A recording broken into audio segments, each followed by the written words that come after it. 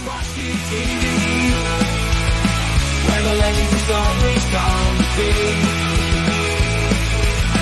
SP, Chris Bennett, for that show,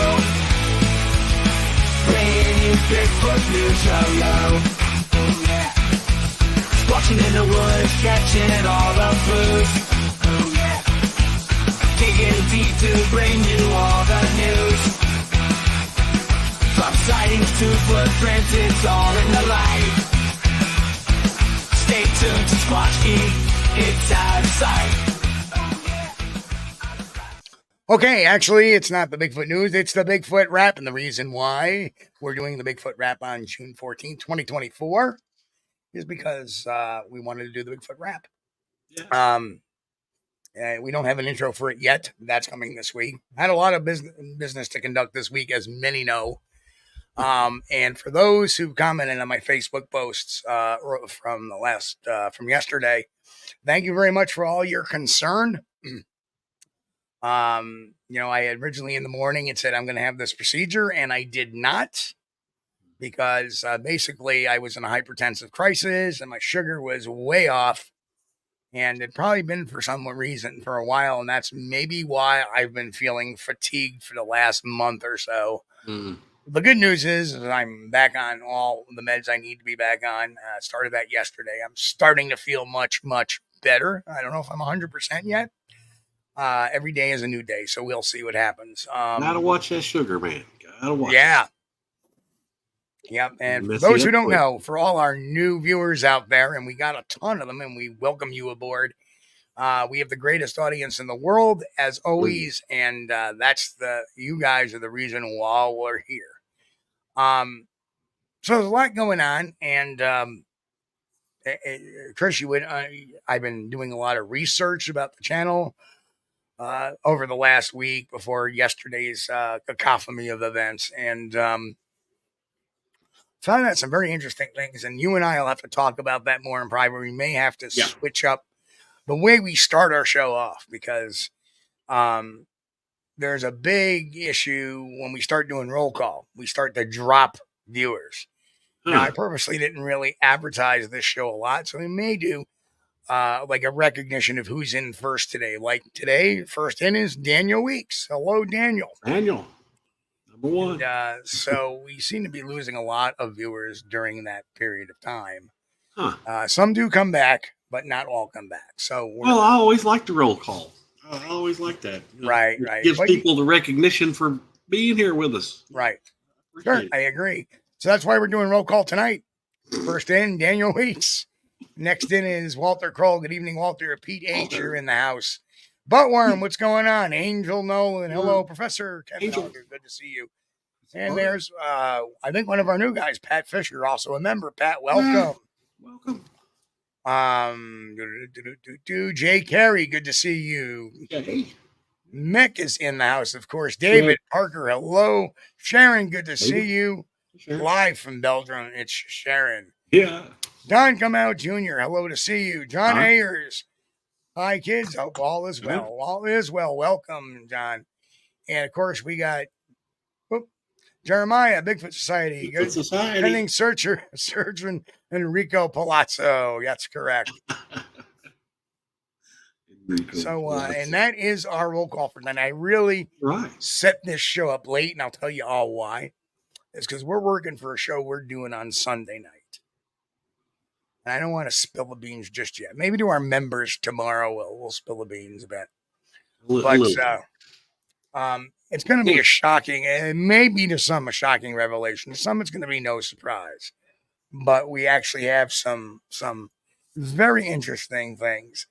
And what happened was it led me on to Ancestry.com. And before you know it, after getting done what I ended up getting sidetracked for an hour or so, looking at my own family history and finding out on one side of my family, I was able to go to my great-great-grandparents, which date back to 1830 in Italy. Wow. And the other set of grandparents, the great-great-grandparents, they were 1860. The other set of grandparents I got back to 1830, and they were from Germany. So cool. And I still have 2 sets of great grandparents still to track down.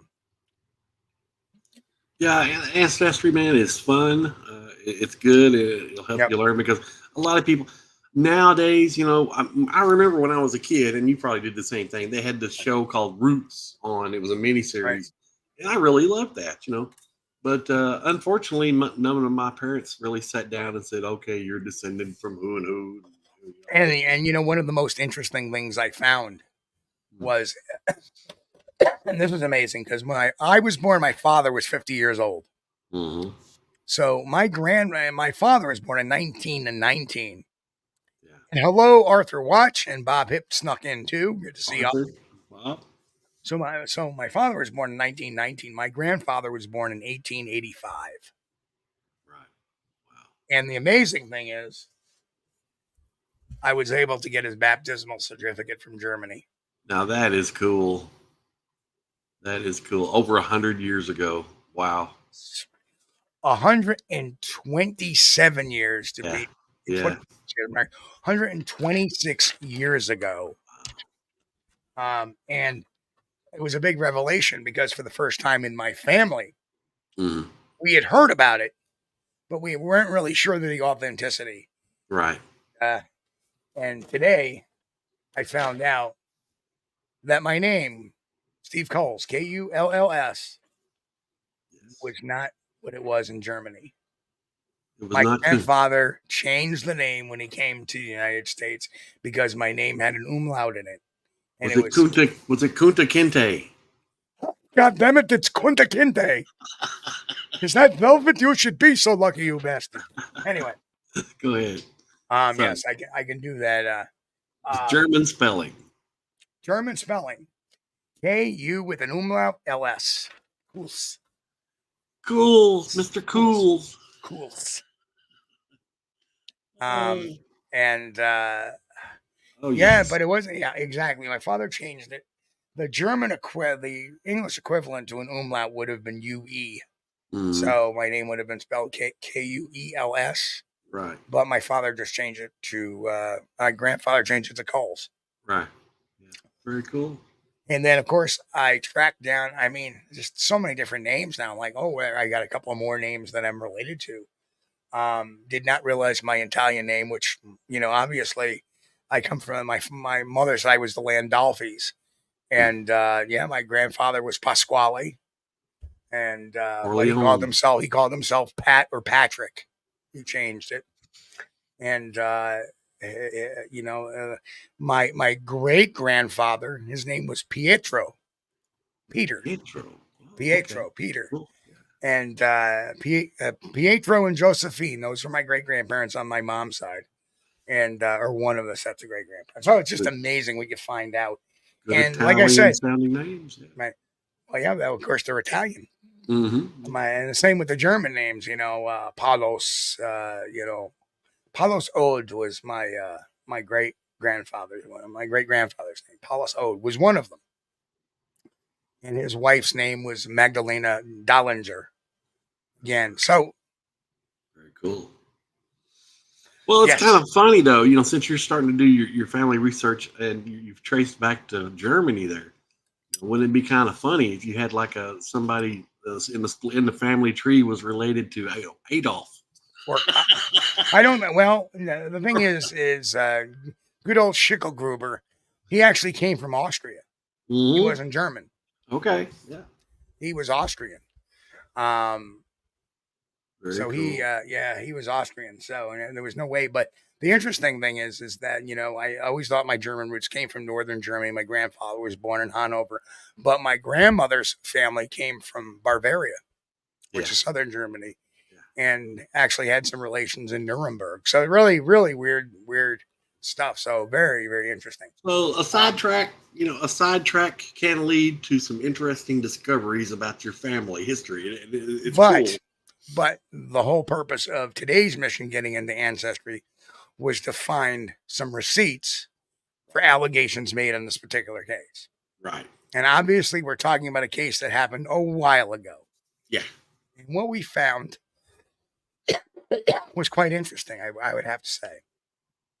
We're going to find out there's some things. Chris discovered this story in one of his passion. He loved one of these stories, so he dug and dug, and he said found something that really disappointed him. Mm. But then we found out that it's not all what it appears to be. There's more to it. There's more to it, and I think that the original people that wrote the article did a fine effort and led some great solid groundwork, but they missed a couple of things. Yes. And either that's because these documents weren't available, or because, so that's what I was guessing. I was so guessing my caveat in tonight's lecture is this, or Bigfoot rap, when we're talking about when you're doing, trying to get receipts for stuff, especially when you're looking at historical stuff. There's no amount of digging you can do, and every investigation is pragmatic and ongoing when you're dealing with something. Anything is pragmatic. I may have done an investigation that's 3 or 4 months old, but over time, there's going to be more information that's going to come in, and you need to keep revisiting it. If you notice, and a lot of my stuff, like the Vermont trail cam photo, I'll revisit that once every 3 years or so. The New York baby footage, I'll revisit that like 5 years. Every 5 years, I revisit it because there's a lot of things that happen that we can use. Newer technology, newer analyzation tools, newer information, and newer intelligence comes out as the world we used to know gets imprinted online in the form of documents. Because people don't understand is that the reason why this may not have been available 10 years ago because it wasn't scanned in yet. And Daniel, thank you so much. Wow. Okay, and of course, possible question. Shoot it up there, my friend.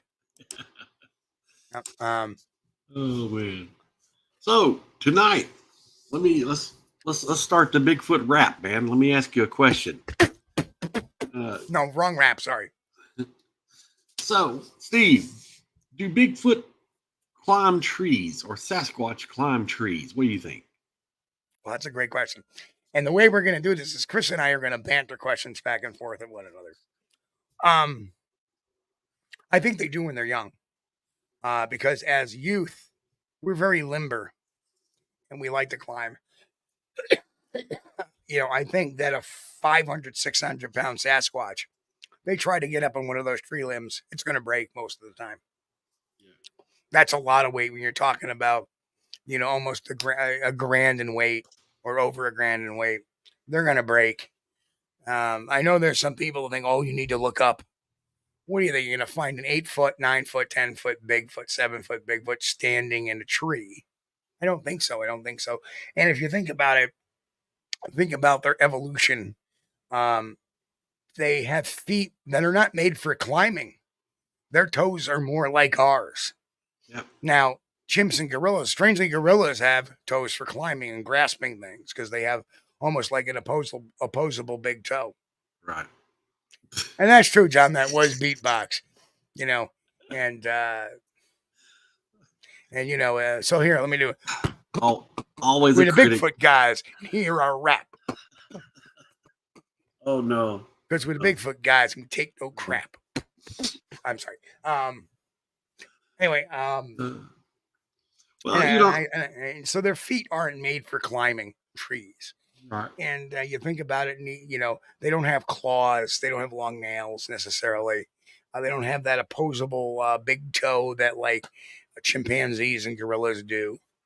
So I don't think they're naturally. Of course, when they're younger, like all primates, we're going to climb trees and stuff. Even gorillas don't climb trees as they get older because number one, you become less limber. Right. For example, when I was 12 years old, I could climb a tree like nobody's business. Yeah. Right. At 55, I'm going to think twice about it. Well, I think they can. I think they can. And I'm sure they can temporarily. That's one of my theories about how they bring down a tree. I think it's the large creature goes up the tree and then leans it over. Right. And Kevin, what I mean by that is they do climb trees when they are younger and more. And the trees, number one, when they're more limber, and number two, when the trees can support their weight. I just find it hard to think that a 6 foot, 8 foot, an 8 foot, 600 pound Squatch is going to start climbing a tree without making a few mistakes on the way up. Yeah, I don't think it's going to be an everyday thing, but I think they can do it. But you know, like when you brought up the New York baby video a while ago, as well as I do, that I was really skeptical on that video, and then you kind of said, "Well, have you viewed it frame by frame?" And no, I hadn't, so I did. I went back and viewed it frame by frame, and It's a holy shit moment. Yeah, the monkey don't have a tail. And the amazing thing is, it goes into that tree hand over friggin' hand. Right, yeah. And then you see it swing between a couple of trees before it was drops. doing a top shelf job, right, of swinging around in that tree. Yeah. So, yeah. All right, Mr. Bennett. What question do I have for you? Oh, no. Apocrine glands are bad hygiene. What is that smell? Apocrine glands. Well, I don't know. What's an apocrine gland? I don't know. You're talking about the funk, the musk? The funk, yeah, the funk, the musky smell. Like gorillas have apocrine glands. When they get stressed, they begin to stink, and that's because of these apocrine glands underneath their arms. Well, that brings up an important point. A lot of the sightings report a foul odor. Then again, you have a lot of sightings that report no odor. So I guess it would depend if they do release this musk when they're frightened or excited or whatever. I guess a lot of it would probably have to do with whether the person was standing upwind or downwind from the creature when they saw it too. But lots of different odors. I've smelled odors, and I've had encounters where there was no odor. The bad odor that I got was rotten dead body smells, like something had been dead rotting in the summertime. Yep. Mm-hmm. And it was, there's an expression we have in Kentucky. It's called, it would gag a maggot. That means it's pretty bad, pretty strong, overpowering to where you want to just stop and lose your lunch, but there has been cases and encounters that there was no odor whatsoever, but best I can recall, there was no wind during that sighting either. So I'm pretty sure if there had been an odor, I would have caught it. It's just they didn't give off the smell. Now, I wonder why some reports claim to have an odor and some reports don't. I don't know myself, because like in my two sightings, I never smelled a thing. But when I got the track, is when I smell. We heard it walking around us, and I smell it. So they got all kinds of different smells going on, man. They got that wet dog, swampy, musty smell. So for our next question, let's go to Daniel Weeks. Daniel, put your question up in chat. We'll do your next question. We'll take it for both of us. And welcome the Howler. The Howler is in chat, as well as I saw Pat Collins sneak in, and just Steve snuck in. Hello, Grasshopper snuck in. Bob Hip, musky badness. Yeah, it's bad. It's bad sometimes. Now, when me and Scott pulled up down there at the Green River, that was a swampy smell. That wasn't a dead body odor. It was a swampy smell, and like a wet dog, a really strong wet dog. But we're talking that was like in January, so nobody had their dog. Nobody's dog. John Ayers said the ones with the smell are near Taco Bell. Truth. Nothing like getting a, it eats those leftover Mexican pizzas in the trash can. Well, what do you think, Steve? Kill or no kill? We'll cover this one while we're waiting. Oh, I'm a no-kill guy. Yeah. You know that. I have a very hard time. That's why I'm not a hunter. If I shoot with a camera. Right. I just don't have the heart in myself to take the life of something. I just don't normally. Unless it's threatening me. I mean, if anything is threatening, it's coming at me to kill me, I have no problem taking its life. But if it's just something standing there, I can't do it. What about like a tranquilizer? Could somebody use a tranquilizer?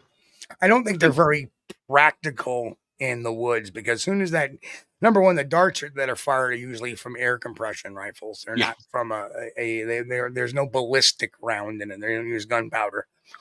And I think that in that air, and not to mention the projectile is rather large. And if it hits a tree branch or a leaf on the way out to there, number one, it's going to lose its velocity, which may lose its point of impact, which means it may not penetrate the skin to get that sample. Or two, it could throw it off course and miss. Even though you're a dead on shot, if it hits a leaf, it's going to change it. And listen, I'm not a purist where I'm going to get mad or angry at somebody because they're pro kill. I understand that argument completely. yeah, yeah. So even though I went in the stance in the argument, I'm neutral. I will not kill one myself. Right. And there's some things about tranquilizing one too.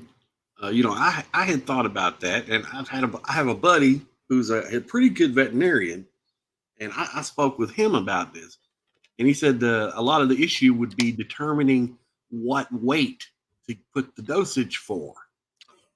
Because if you Well, over tranquilize something, you can actually stop its heart sure. and its breathing, and you can kill it just Correct. by using. And your intentions may have been completely innocent. Okay, I want to take this thing in, I want to tranquilize it, but since you don't have the exact weight set for that dose in that dart, when you pop him, if you overdose him, he's dead. So that would be a big problem. Well, I think that argument is kind of, moot. And the reason why is because, okay, what's the dosage for a 500-pound animal? Yeah. You just take your best guess. You're going to get within 100 or 150 pounds of it. Right. Give me a dose for a 500-pound creature. If anything, it may not knock it out completely, but it's going to make it as groggy as hell. Right. Yeah. Yeah. Right. That's the thing. So I don't think that's really a good excuse. I think the practicality of it is, and the getting the drugs is tough. You got to understand the main Right. ingredient in normal tranquilizers is ketamine, and that's illegal to possess unless you have MD or veterinarian behind Got to you. get a prescription. Yep. However, exactly. I've thought this point is maybe bringing a vegetarian into the forest and having them bore the Sasquatch to death. I'm sorry. I'm okay. Anyway. Oh man. Never mind the veterinarian. Let's bring in the vegetarian. But I'm with you. I'm with you. I don't really think. I would rather stick with the no kill idea. But I'm always armed when I'm out in the woods, and that's for self protection. So Hang on, I gotta let the office assistant out. So okay. Daniel Ahead, Weeks, you're out there, brother. Give us your question. Give us your question. He may be working. Daniel may be working on one for Sunday, maybe. But if you're listening in the background, Daniel, yeah, we can go with a question, bud. Grasshopper says, if you trank one Bigfoot, what about the others hanging around? That's a good point. That's a valid point. Well, then again, we don't know what they're going to do either. Right. I mean, let's think about it. People poach gorillas, and the other gorillas don't attack the poachers, do they? Because when you think about it, if you have a gun and go bang, right? Yeah. And they see what happens, the other ones are in self-preservation are going to take off. They're not going to sit there and gain revenge. Again, that's anthropocentrism. We're putting human-like qualities on something that's not a human. So what you will end up. Well, Steve, on that one encounter or story that the local guy had told me here about him getting called out to drag a dead ape out of the woods that these guys had shot. Okay, according to him, there were other ones in a group there that stuck around and were peeping at him from behind the trees, back and forth. But this could be a wholly concocted bullcrap, story. But the guy that had the winch truck got paid in advance for going there. Well, Steve left. So, that's why I was kind of leaning towards you. There might be something to this. You get Watson took care of? I don't know what he's sitting there yelling at somebody out there, and I just wanted to make sure everything was okay. As he's just, yeah, but basically boils down to no kill. But I'm always armed when I go in the woods, and if something comes on me and I'm frightened, I am going to the house. I'm coming home. Regardless if it means firing the gun or not, I'm coming home. yeah, well, exactly. In self-defense, I don't. Yeah. So that love Bigfoot, but don't want to die for it. I'm not willing to die for one. No. So I don't know if we lost Daniel, but his question hasn't come across yet. Okay, we'll take a question from the chat. Somebody has a question in the chat. Think of a question, put it up there. They want to ask us. This is the Bigfoot rap. So we're going to rap about anything. Except politics and religion. We don't deal with that. See that? Grasshopper brings up, he's a Bigfoot don't take baths, so their eating habits remain on their fur. No cleaning but there the has butt, been sweat, urine, whatever. There has been reports of them in the water splashing themselves. So I don't know. One would think that they may get in some smaller ponds that aren't like where you're going to have to swim, and they may roll around in it a bit to cool off. I don't know. Yeah, and earlier Grasshopper said I smelled ammonia and dead rotting meat. Yeah.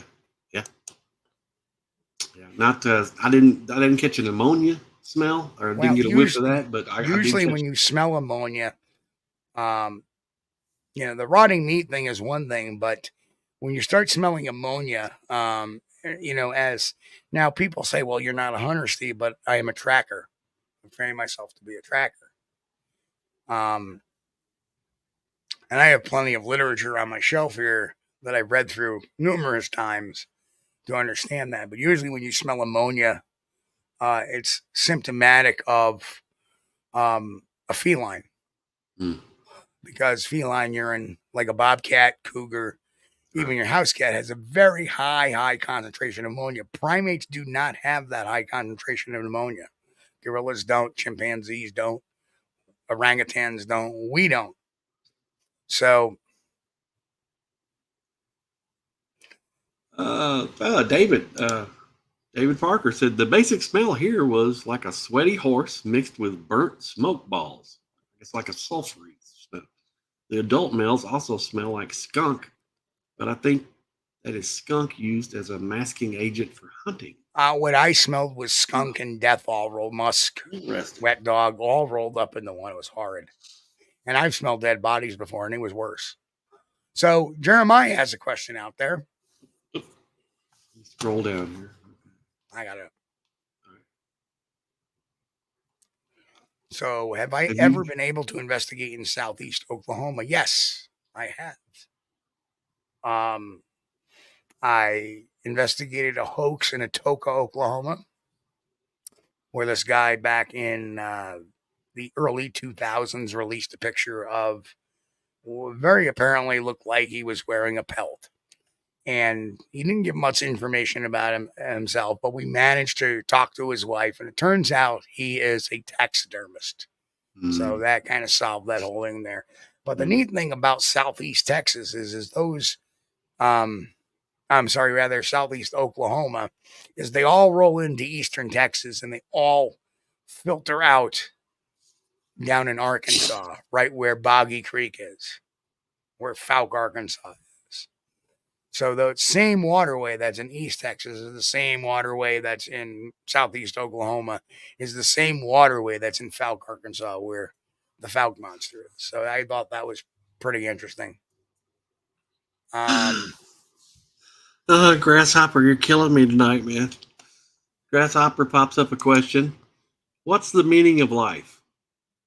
Let me take this one, Steve, because I know I've got it all figured out. Well, the only thing you got to do to live a happy life is to... You're muted.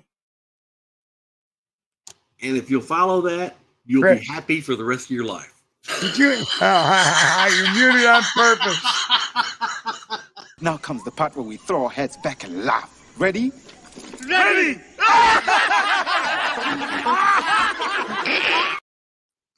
Yes, that's Now I understand why you're removed.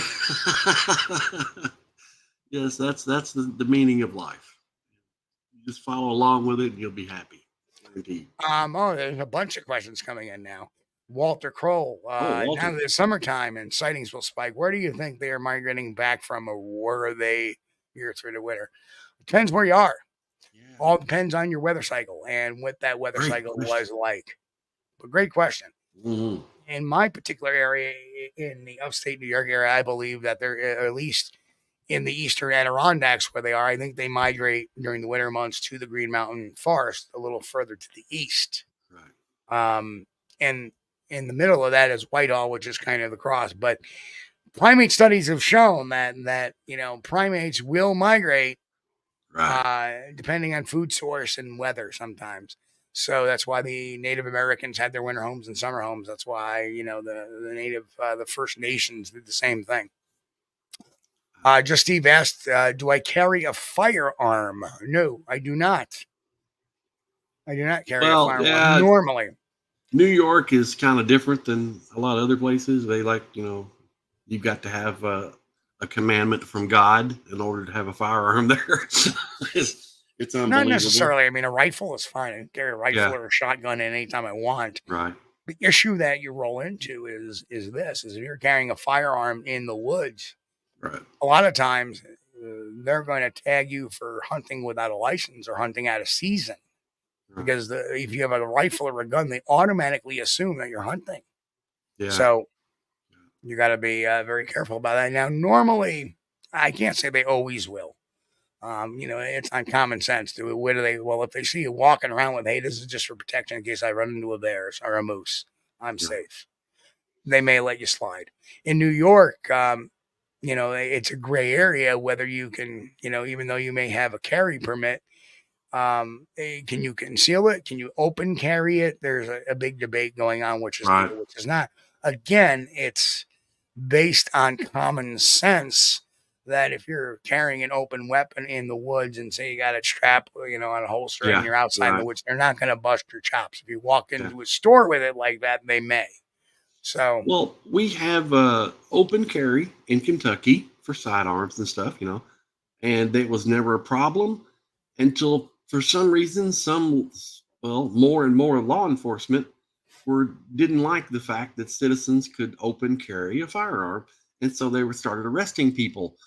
And they were making up little things like if you had a open carry, you had your big 44 mag strapped on your hip and you're walking around. In the wintertime, if you put a jacket on and the jacket was to cover the handle of the pistol, even though the rest of the pistol was still visible, the holster was visible, they would arrest you for concealed carry if you didn't have your concealed carry permit with you. My question to you is this. How many times does that happen in the woods or the forests? You see, despite how tough New York State is on gun control, right? Yes, you can get a permit, and it can take anywhere from 3 to 6 months in most counties. Right. And other counties, it may take you up to a year, like Albany County and Schenectady County may take you a little longer. Right. But you can get a handgun permit. Very rarely do we ever hear anybody being arrested for a gun charge. Yeah. That was spotted by a forest ranger, NCON officer, or in the woods. Right. Usually it's city police. New York is very outdoor friendly because much to contrary opinion, New York is mostly rural, lots of hunting, has a 6 million acre forest, which allows hunting. Right. Except for in certain designated refuges. We also have a national wildlife refuge out towards the western part of the state, the Montezuma National Wildlife Refuge, which is a very big bird sanctuary. They don't allow hunting in there. It's federal land. But for the most part, if you are not bothering anybody and not doing anything illegal, they're not going to bother you. That weapon is there for protection. They understand that, so they're not going to bust your chops. Now, I do not carry a handgun. I do not have a handgun permit. Never needed one. I carry bear spray, and when I'm in really dangerous areas I don't know, I carry my 12 gauge with slug rounds.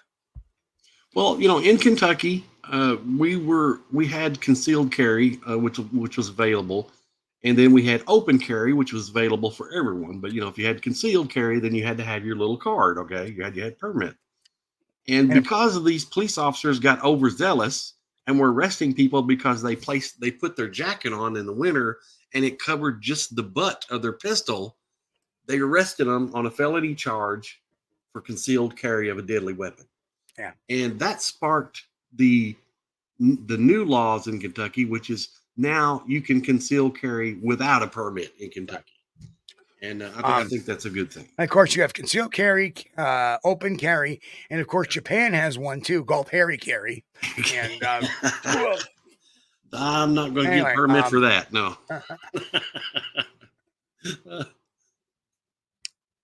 Grasshopper, 12 gauge with slugs here too.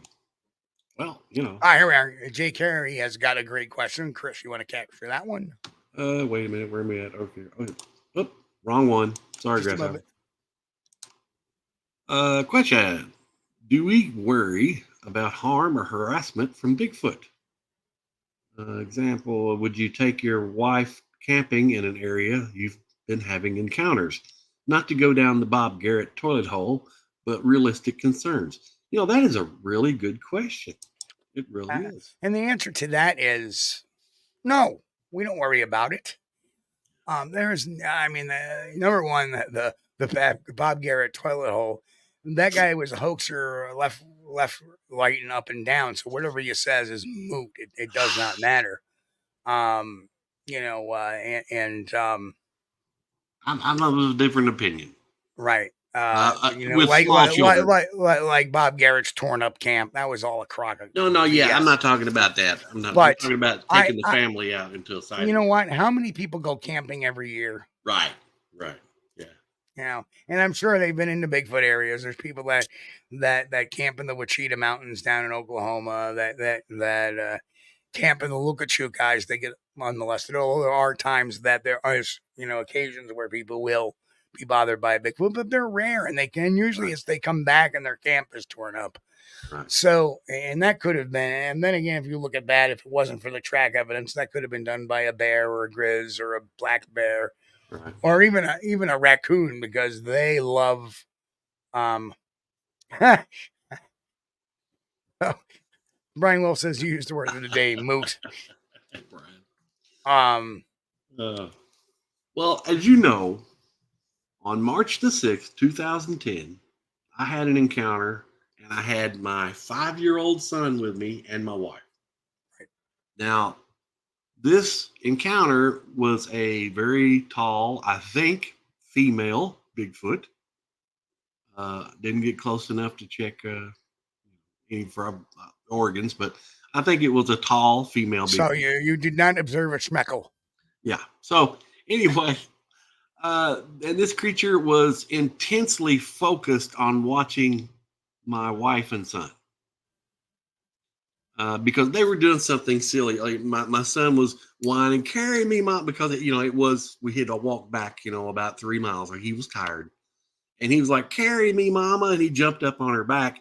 Which Sandy, my wife, she's a really small woman, okay, and so it looked like an elephant riding an ant. Him climbing on top of his mom's back, and that's when this thing was intensely concentrated on them.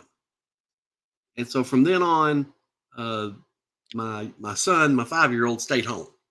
I was not going to lie, because I don't know what that thing was thinking. You don't know what it was thinking. It could have been thinking, "Oh, look at the little human, isn't that cute?" But you left because not that it was threatening you, it was just that the fear of that it may occur. Right, exactly. Right. Yeah, the fear that it could cause harm, or there was some sort of interest in my child. Right. Okay. Right. Oh no. No, stay away from the kids. Okay. But next question just rolled in. Oh, Walter Kroll. Walter says there's been a lot of theories, but why do you think game cameras don't capture Bigfoot shots? I think they do.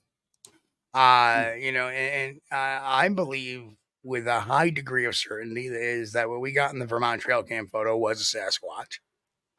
Right. I'm sure there are pictures that have been brushed off as well. It's just fur in a camera. That may have been a Bigfoot.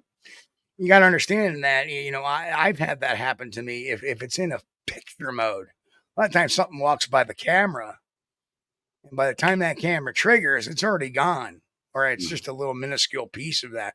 I've even gotten film, where I have it on audio record, and generally, if the creature is not coming directly at it, or it's going by it, usually I get the butt end of it, or so I think there has been, but think about it. Millions and millions and millions and millions and gazillion acres of forested land. And even if we rounded up all the people that put game cameras out for the day, what are we talking? How many game cameras are out there? 20,000? Let's go 25,000 on a good given day that are all up, functioning, working, batteries full and going. 25,000 versus, hang on, let's check a stat real quick.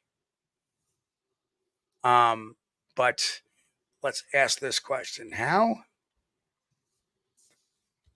many acres of forested land is there in the U.S.? And let's hit return. So we're going to get a real-time live answer. Let's do this live. Okay. As of the most recent data, the United States has approximately 766 million acres of forest land. This includes both public and private lands, covering around 1/3 of the country's total land area. So 766 million acres. So let's put 100,000 trail cameras out there for a day. What's the actual percentage of ground we're actually covering? Not much. My internet cut out there for a second, Steve. Okay. So we have 766 million acres in this country. Even if we put out 100,000 game cameras, right, to cover 766 million acres, that's not a great percentage. Well, I think a lot of it is simple. It's a simpler answer than that too, Steve, because I personally believe that you're not going to be able to get any activity unless you're at least 2 miles from a main highway, at least 2 miles in somewhere. And I would guarantee 90, probably 95% of these people that place these game cameras are doing it 100 yards from their truck where they drove in, or roundabouts, maybe 200 yards, 300 yards from their truck. So if we put out 100,000 trail cameras for a day, we are covering 1.3% of the total forested area of the U.S. And we're looking for a creature that's maybe 12,000 of them nationwide, realistically, at best. Yeah. Well, I wouldn't guess. Right. On population, no idea. But yeah, very small amount of game cameras. And I'm putting it at a very high level just to show how, sporadic. Yeah. I mean, we're only covering, if we put out 100,000 trail cameras in one day, that only covers 1.3% of the United States' entire populated forest. And that's 100,000 cameras. There may be half that. There may be 50,000 cameras on it. There may be 20,000 cameras on it. There may even be 10,000 cameras on any given day. So each time you knock that number down, I said 100,000. Let's say there's 10,000. Now you're talking 0.1%, not 1%. So, a huge issue. And that's the reason why we don't get a lot of trail cam photos, because it's needles and haystacks. And then again, as I'm seeing some chat going on, that sometimes the sensors, they may be just out of range for the sensor to kick, and they may be going by one. Or they may go by one, and you ever think about getting your trail camera back and you have nothing in the trail cam picture? Maybe it walked by really close and fast. Right. You don't know. Well, that's the thing, I don't understand, just Daniel. Lame. Daniel, we can see you, yeah. So, Daniel, we do not have a call-in line. Yeah. So, yes. But I think, personally, I think it's the camera placement is the reason why we don't have a lot of Bigfoot photos on trail cameras. I don't think people are placing them far enough back where they could actually expect any activity. Daniel, I haven't seen a question. In fact, we were asking you to give us your question. Yeah. So, Daniel, put your question in chat in caps. Yeah, we can see that? you. We can see you, bud. Lucinda White, that's a great question. Do you think that it's unwise to play recordings of babies to attract Bigfoot? No. Anything to provoke their curiosity. Remember, they're not violent. They're not going to come with you with an attitude. I think they're going to come with a curiosity. So anything that's going to, and as I've talked before, and welcome, by the way, Lucinda. We haven't seen you in chat before. Welcome to the show. Welcome to the family. Good to see you. As I've talked before, is that primates are naturally curious. So that is one of their flaws. It's one of their things that we can use against them to draw them closer to us. And that's why we don't walk around trying to stealthily walk around, because that's going to alert anything. It alerts even the dumb animals like deer and moose and all stuff like that. So if you walk around loud, they're going to be attracted by it because they want to see what we're doing. Just like we hear a boom outside, we're going to be looking to see where that boom came from. Oh. That's the primate in us. I think I found it, Steve. So Daniel said he's camping out in a new spot, 8,000 feet.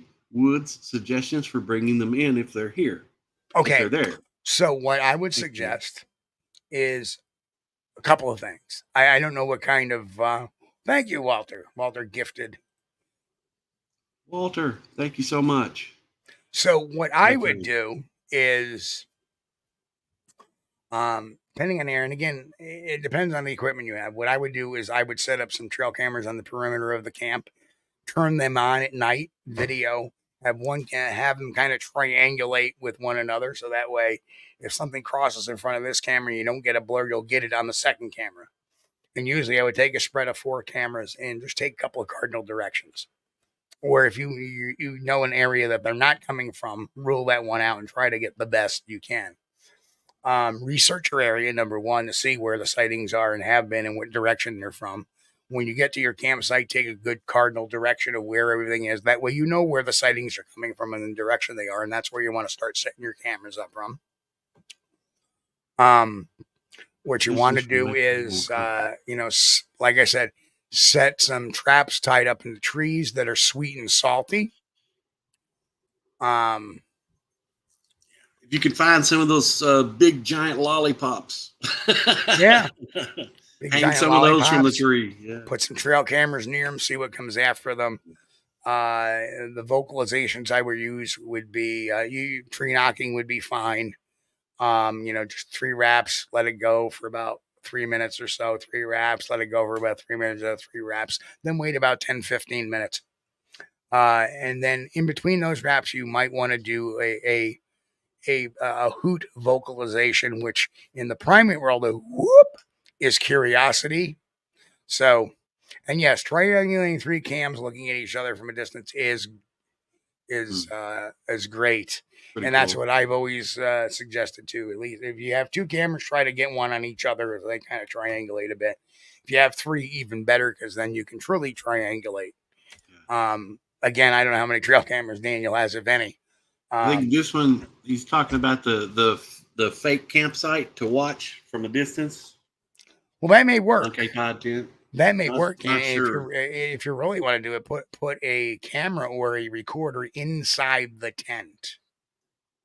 See, the one thing that people say, oh, well, for the people that think, well, Bigfoot can see in the infrared, which no mammal can, I believe. No mammal can. Maybe some fish can, and some low, but no primates can see in the infrared. So it's not like they're. And then again, trail cameras do not automatically emit infrared. They only do that when they flash and go off. So set a trail cam up on a tripod inside a tent with motion and let it go there, and put it in movie mode and make sure it records sound. Or if you want to drop a digital recorder in there, you can do that too. And I would set that tent up off at a distance, but maybe have a tape or an MP3 recording or something of somebody sleeping for about 5 minutes, and let that trail off. you know, if you're going to play the subterfuge game, play the subterfuge game. Now there's somebody sleeping in that tent, maybe it'll come around. And I would leave not only the tent, but I would make a little foul campsite. Perhaps leaving a cooler, an empty cooler, because you don't want bears to show up and stuff like that. But maybe an empty cooler nearby. Light a fire for a little while, douse it out. That way, when it comes in, you're giving the whole appearance, 100 appearance of what a natural campsite would look. Don't leave anything to waste, because something may trigger them to think it's a little off. I'm not saying you're that smart necessarily, but they may be. So you don't want to take that chance. And that's what I would do there. But that's a great idea. And like I said, leave a cooler there, because guess what? If you're up, 50 yards away, listening very quietly, very carefully, make sure your campfire is out there, because it may not come around if you're blaring a campfire. But if you're sitting up there. Steve. Yeah, Steve, the YouTube has changed the way your home screen looks, or like when you're looking at videos now. And a lot of times when the chat is up, you can't see the like button. Why did they do that? I don't know. But you would have to close the chat, hit the like, and then reopen the chat. Right. It's silly. I don't like it. Hopefully they'll change it back. That's a good question. What I'll do is and feel free to write into YouTube and tell them, hey, listen, I like watching live streams, and this is a pain in the ass because when the chat's up, I can't see the like button. Yeah. It's silly, but it's one of the, it's new and improved, right? Yeah, well, you know what to say. It wasn't a squeaky wheel. It shouldn't have got the grease. Exactly. Yeah. Oh, man. No, Don.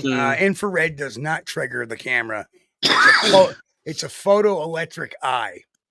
So if you really want to know how a trail camera acts, watch the video I put out a number of months ago on trail cameras. It's a photoelectric eye. It's not infrared that sets them off. Motion sensor. It's a motion sensor. It's not infrared. It's photoelectric. That's the thing too, Bob. Bob says Bob Hip says I think they see the IRL light. I always thought that too. I thought that too. But then I got to thinking about it, and if they can see infrared light, then that means in the sunlight it would blind them, because it would be too much. Right. You would have the visual spectrum, and they have a tapetum lucidum. That's it, and that's why they have that eye shine. But, and that's my working there. I've seen two of them, and one had I had the light on, and definitely had eyes reflecting back at me. But I had some. No, I'm sorry. Put that comment back up. And what was I saying? I think they say no mammal can see in the IR, no primate can see in the IR. So you got to think about it when you're talking about a science fiction. That's what I try to tell people. If no primate can do it, why would you think a Bigfoot can? And if no mammal can do it, why would you think a Bigfoot can?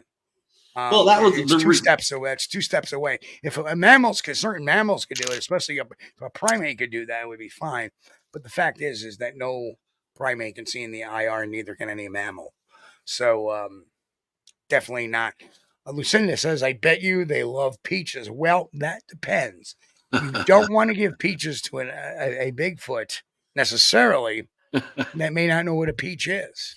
What you try to do is when you bait an area, and again, Daniel, listen to this. When you bait an area, you want to use food that is native to that area. Yep. It would be like bringing in an orange to New York State. A Bigfoot would look at it, what the hell is an orange? It's never seen one before, so it may not put one and one together. If you have an area that's rich in apples, use apples. If you have an area that has peaches, use peaches. You have areas that use oranges that doesn't have apples, and it's like Florida. Yeah, use some oranges. That's fine. But I wouldn't expect necessarily a Bigfoot to understand what apples are in like New Mexico. Right. In fact, in New Mexico and Arizona, a lot of times what they're seen eating is corn. Yeah. So, and I went in New York State, we have a lot of corn too. So that may happen here too. But you got to use the food that's native to the area is very crucial. Yeah. Jay, thank you so much. Jay just gifted. Wow. Appreciate you guys. Hey, Fritz. Thank you so much, Jay. You're too kind. Man. Well, Bob says, somebody we know says they can, some can. Nobody's an expert. What I'm doing is I'm bringing you what science is telling me as an investigator.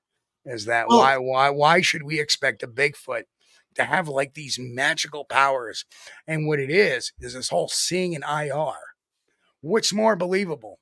That a Bigfoot can see in IR, which no mammal can, or no primate can, nor a mammal can see in IR, or perhaps we have 766 million acres in the United States, and even if we put out 100,000 trail cameras on one day, we're only covering 1% of that 766 million acres. 1%. So, well, I had went down that same road, Bob, and I had thought at one time that possibly they could see the infrared. And then after researching it and doing a little book work on it, I figured out that would not be likely because the sunshine during the day would blind them. If they could see in the infrared, they would have to live in a cave. That's just that's all. That's the only place they could live, in a cave. If they came out, they would be blinded. You know, but it's valid, and I went down that road, but I could see where you're coming from. well, Lucinda asks that the sightings in Maine, New Hampshire, and Vermont, where she lives, are all old sightings. Where can I find recent activity? Good question. That's something we're constantly scouring the web for. And then if it's not on the BFRO and say it's on Facebook or YouTube, how reliable is it? So published reports are really a hard thing to come by. Yeah. Right. And even Jay Carey says hunters have a strong tendency to put all their cameras in the same spots too. Correct. Yeah. And, that's just saying if all the cameras covered an area equally, I mean, 1%, we're talking, and basically the way that is, if we covered 100,000 acres, basically, with trail cameras, it's only 1% of the entire forest, 1.3% of the entire forest. So I don't know. I don't know how old the mapping project. It's an ongoing thing, so they're constantly doing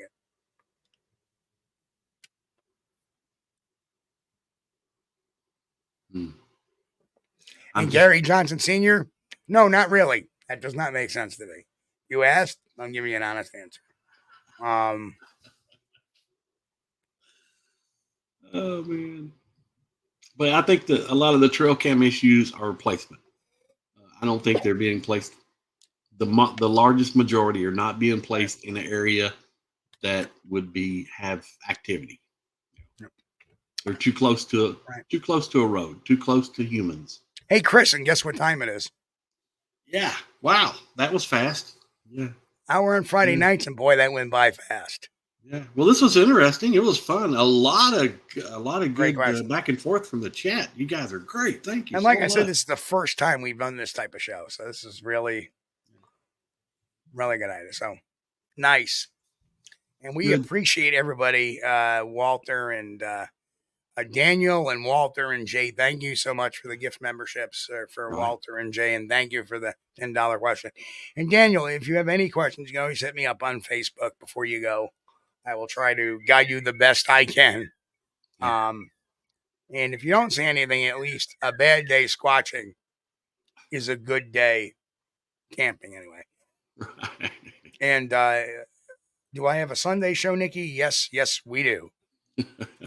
And what we're doing is we're doing a little investigation on an old sighting, and then it's going to be a lot of fun. And you'll get that announcement Sunday at some point in time. So, that's a good comment by David Parker. David Parker says some think they have a photographic memory of the forest and avoid them that way. Well, that's interesting. That's interesting, but who the hell knows what a Sasquatch thinks? Don't know. I believe they do have a heightened observation skill that is above and beyond human ability. Because, with humans, if we're peeking at somebody, we're watching and trying to figure out what they're doing. All right. And if a Sasquatch wants to peek at you, all he needs to do is bring his head up like that and then down. That's it. He got everything he needed from that one little glance. I mean, if you think about it, I can go up to my research area and navigate that without even a lot of times at nighttime, daytime. It don't matter. I've been going up there so long. Now imagine if I was there all the time, 24/7, I would of course know Yeah. the place inside and out. So, Yeah. and so would a chimpanzee or a gorilla in their own habitats as well. So and an orangutan. So I don't know. But anyway, folks, we had a great show tonight. Great discussion. Thank you, everybody. And I appreciate it. Please, please, please hit that like button on the way out. We appreciate that so much. And Chris, do your thing. Yeah. Again, I want to thank everybody for being with us tonight. We appreciate you guys spending your Friday night with us. We're always pleased and honored to have all of you. We always enjoy the show. Great questions tonight. Oh my God, you guys are great. Thanks again to the members, and thanks for the gift memberships. And appreciate Daniel. Thank you for that super chat donation, whatever it was. Appreciate that. $10. We appreciate that. But if it's the first time watching, and you're not a member yet, hey, consider subscribing. Hit the thumbs up button if you can't see it right now. Joan, get me a Snapple. Joan, get me. If you can't see it right now, once you close the chat, hit the thumbs up button. But we appreciate you guys. Look forward to seeing you Sunday night. And if you really like this channel, consider joining me and becoming a member. A lot of times members will get the heads up on new videos that are coming out. That's something new we're doing to the membership, is that we're putting videos up. And because YouTube has allowed us now to put a video in membership and schedule it later for a public release. So you guys can get a day's heads up on the videos we're putting out, or sometimes maybe hours. But we're doing that for any long form content we're putting up there, unless it's breaking news or short, because those are made pretty much on the fly. So that's another great perk to that. Plus we do all kinds of other shows during the month. We're going to do another Squatch-D University show real soon. Like I said, it's been a very tumultuous month or so because my health has really been declining. And guess what? I'm feeling much better today. As you can tell, probably I'm much crisper tonight than I have been in the past weeks. So I feel a lot more crisper on there tonight as well, much more in here and focused. Whereas when I had that sugar problem, that was probably part of the reason why I didn't seem as focused as much. But anyway, I feel great, and we're back. And just to make a quick note, tomorrow is our good friend Joe Snyder's celebration of life. And unfortunately, because I didn't have my ablations, I probably won't be making it tomorrow, which stinks, but it's a 4.5 hour drive. I don't know if the neck can take that type of drive and the bouncing for, 9 hours in a day. You shouldn't push it, Steve. You should not push it. And not to mention, I'm just getting back on the medication schedule after dodging a diabetic incident or stroke or anything like that. So, because my pressure was not good. But anyway, folks, we'll see you all Sunday night. We love you all. Thanks so much for being here. And let me get this up. Thanks so much for being here. And we'll see you all in less than 48 hours, folks, with an all-new Squatch-D TV. Everybody, be good. Have a great Saturday, and we'll see you in a bit. We thank you for being here with us on Squatch-D TV. If you haven't taken the time yet, please hit that like button and subscribe to the channel. And oh yes, hit that notification bell too. We don't want you to miss anything. If you really like our content, you should consider becoming a member. And it's really inexpensive and a great way to support not only the show, but honest Bigfoot research. Everyone have a great week. Be safe and God bless. We will see you all here next time on Squatch-D TV. Keep on squatching.